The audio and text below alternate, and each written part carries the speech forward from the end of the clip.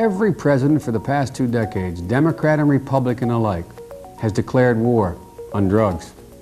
And each of them has lost that war and lost it miserably. A well-educated black has a tremendous advantage over a well-educated white in terms of the job market. If I were starting off today, I would love to be a well-educated black because I really believe they do have an actual advantage. One of the issues that has become central in the 2020 campaign has been the state of race relations in America. And right now you have the 2 leading presidential candidates having to defend their own legacies. The moment that we find ourselves in the wake of George Floyd's death is unlike what we have seen in decades. The country, if you just look at public polling, is really shifting faster than we've really seen in a long time. Do you believe there is systemic racism in law enforcement? Absolutely. Why are African Americans still dying at the hands of law enforcement in this country? And so are white people. So are white people. We have 2 candidates for president who are really men of another era, and they're coming along and asking for people's votes at a moment when we seem to be entering a new era. Dr. Martin Luther King Jr., civil rights leader and Nobel Prize winner, was shot and killed tonight in Memphis, Tennessee. Because Joe Biden and Donald Trump go back so far, they are really shaped in the way they perceive what's going on in the country now by 1968. For Trump, this is a time to look back at 1968 and recall that Nixon message of law and order, of connecting with the George Wallace supporters. The people of our country are sick and tired of the breakdown of law and order. We've got to reestablish respect for law, respect for order. For Joe Biden, that's also a formative moment. Joe Biden ran for the U.S. Senate in 1972. If you looked at the way Biden ran, it's a much more conservative Biden than you see today. I think it's useful to think of Joe Biden as both a 1968 Democrat, but also as a Clinton-era Democrat that brings together the 1960s call for civil rights, but also speaks to an anxious white population. Donald Trump grew up in Queens, New York, in a ethnically diverse area, about a mile or so from the fictional home of Archie Bunker. And you do get a sense, if you've watched that show, what it might have been like for Trump to grow up. 12% of the population is black. There should be a lot of black families living out here. Yeah, this is only a beginning, but I think it's wonderful. Wonderful, huh? Well, let's see how wonderful it is when a watermelon rinds come flying out the window. He went to virtually all white schools, private schools, all the way through his education. His business never had blacks in any position of authority at any point throughout a half century. And he had, typical for his time in New York City in the outer boroughs, attitudes that today would be considered downright racist. In 1973, there was an investigation by the U.S. Justice Department, and they were investigating, as they did throughout the country, whether there was racial bias in renting. They'd send in a black person to see if they could get an apartment, and that person would be told no in many cases. And they send a white person in and see if that person would get the same apartment, and that person was told yes. The Federal Justice Department sued Fred Trump Sr., Donald Trump, personally, and their company. In the end, he did settle this case. From the government standpoint, it was one of the most significant racial discrimination cases that department had brought. From Trump's perspective, because he had to do no admission of wrongdoing, he paints it as a victory.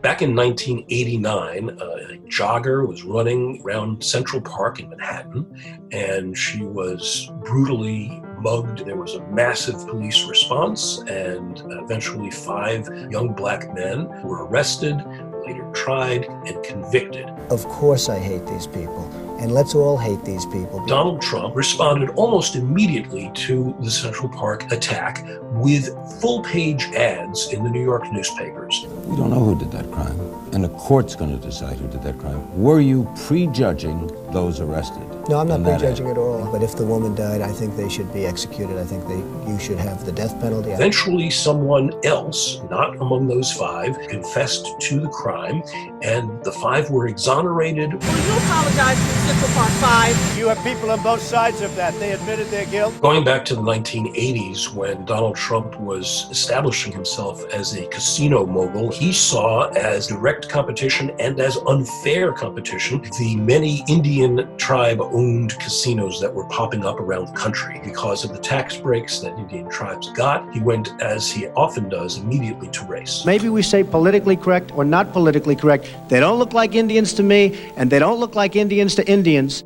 The liberals are finally agreeing that we got to crack down on crime, and the conservatives are finally agreeing we've got to deal with the causes of crime. And we have to do both simultaneously. Every time Richard Nixon, when I was running in 1972, would say law and order, the Democratic mantra, the response was law and order with justice, whatever that meant. And I'd say lock the SOBs up. Coming into the early 90s, he decided that he really wanted to work with Republicans on a crime bill that both Republicans would support and President Bill Clinton would sign. There definitely was a crime wave at the time, but the main thing that he was working on was getting more police. We have predators on our streets that society has, in fact, in part because of its neglect, created. They are beyond the pale, many of those people. The bill ended up having 100,000 new police officers funded. When you have that many more police officers, that means you need more equipment. He funded that. And that means you need more jails to incarcerate more people. He funded that. There certainly were elements in there for drug treatment, for some social programs, but he wasn't nearly as interested in that, according to his own words on the Senate floor. We must make the streets safer. I don't care why someone is a malfactor in society. I don't care why someone is antisocial. I don't care why they become a sociopath. In this bill, we have drug treatment and we have other treatments to try to deal with it, but they are in jail. He had police unions in his office working to help write the bill. He said to a police group, you guys were in my office for 6 weeks and you guys wrote the bill. And over the years, there's been a lot of criticism, including from within his own party, that this bill increased incarceration rates tremendously. One of the results of the 1994 crime bill was that it led to a rise in incarceration across the country, and specifically targeting people of color for relatively low level and minor offenses. As Donald Trump moved into potentially running for office in 2000, he kind of rocked back and forth between being a liberal and a conservative. This is a man who changed his party affiliation 7 times. What do you see as the biggest problem with the Reform Party right now? Well, you've got David Duke just joined, a bigot, a racist, a problem. I mean, this is not exactly the people you want in your party. After Donald Trump's first couple of decades in the real estate development business, it's fair to say that he was something of a joke. Well, along came an opportunity to host a national television network show, a reality show called The Apprentice.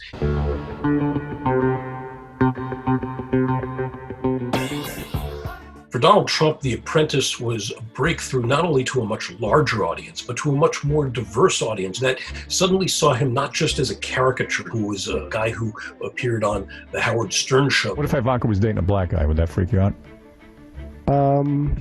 You know, of course, it wouldn't matter to me, right? Don't look over here.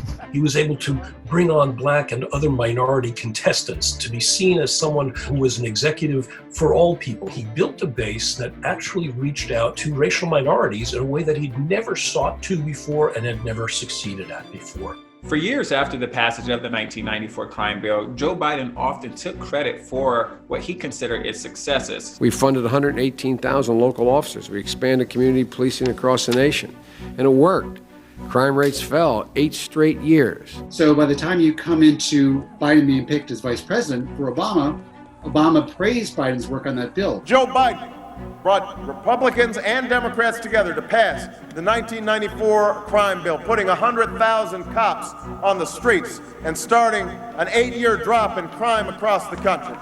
When Biden was vice president, he told police groups that just as I gave you a seat at the table in my Senate office writing the crime bill, you'll always have a seat at the table when we deal with police matters. The death of Trayvon Martin and the shooting of Mike Brown in Ferguson, Missouri, led Barack Obama to speak out about race in ways that he previously had not. Trayvon Martin could have been me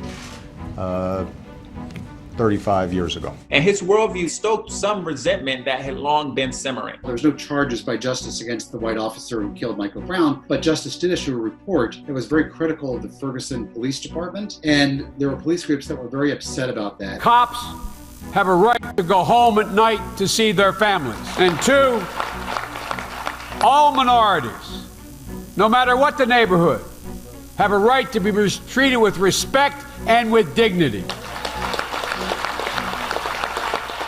For Donald Trump, there's his personal view on race, and then there's his public persona view. The informal Trump is someone who will always do what will get a crowd riled up. Why doesn't he show his birth certificate? They're rapists, and some I assume are good people. Very fine people on both sides. On the other hand, there is the Trump who believes that he can, with the flip of a switch, be, as he puts it, presidential. You don't choose the right words, or you say the wrong thing.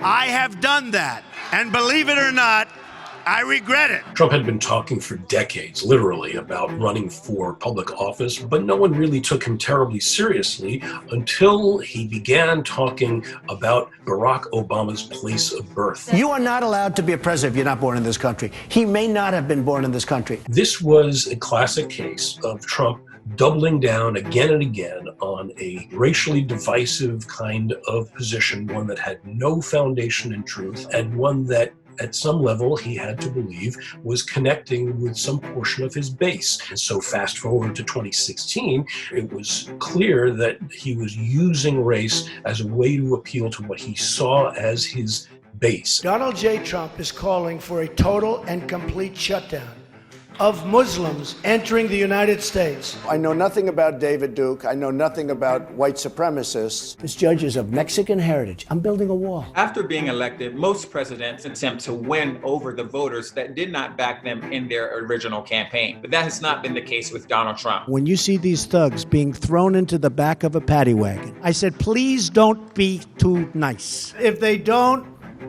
like it here, they can leave. I can name Kung Flu. He has tripled down, arguably, on issues related to racism and police violence. He has long cast himself as a law and order guy, then a law and order candidate, a law and order president, and he has taken what he would call a law and order approach to the protests. Do you think that right now the nation needs you to express that same sort of comfort and healing that some people need to heal? Right now, I think the nation needs law and order. You saw these thugs that came along. These people call them protesters. From the very earliest stages of this movement, President Trump has been highly critical of Black Lives Matter protesters. Wouldn't you love to see one of these NFL owners, when somebody disrespects our flag, to say, get that son of a bitch off the field? The president has responded to a lot of these protests by trying to point to his record. You look at opportunity zones. And maybe most importantly, you look at criminal justice reform, you look at prison reform. I've done more for Black Americans than anybody with the possible exception of Abraham Lincoln. You ashamed of that bill? Not at all. In fact, I drafted the bill. Biden has found himself pushed on two sides. He owes his political career right now to Black voters. Thanks to all of you, the heart of the Democratic Party. We just won, and we've won big because of you. And right now, they are demanding things that he has a hard time delivering on. Ms. Clinton said that the crime bill, we made a lot of mistakes with that, and she wanted to atone for that by becoming the next president. He was wrong. Do you support defunding the police? No, I don't support defunding the police. I will accept responsibility for what went right, but I will also accept responsibility for what went wrong. He wasn't terribly specific about what failed. Now Biden actually endorses an effort to undo some of the key things that he put in that bill in 1994. Today, he takes his place as the only who has served alongside the first Black president and has chosen the first Black woman as his running mate. What you have is a face-off between two candidates who superficially seem like they are stuck in another time, but who are struggling to adapt to this very fast-moving moment. There's no sense that the president's pitch to African-American voters has shifted a lot of votes. Biden obviously wants to turn out the base, but he also wants to expand the support for the Democratic Party beyond what it was in 2016. And he's been a bit effective at doing that. The concern with Black voters from Biden's campaign is not that they're going to support Trump, but it's just that they'll stay home. This idea of massive generational angst and change coming up against these older candidates is one that really is going to both create tension, but also perhaps create possibility, because it's clear that after this election, things are going to change in one way or another.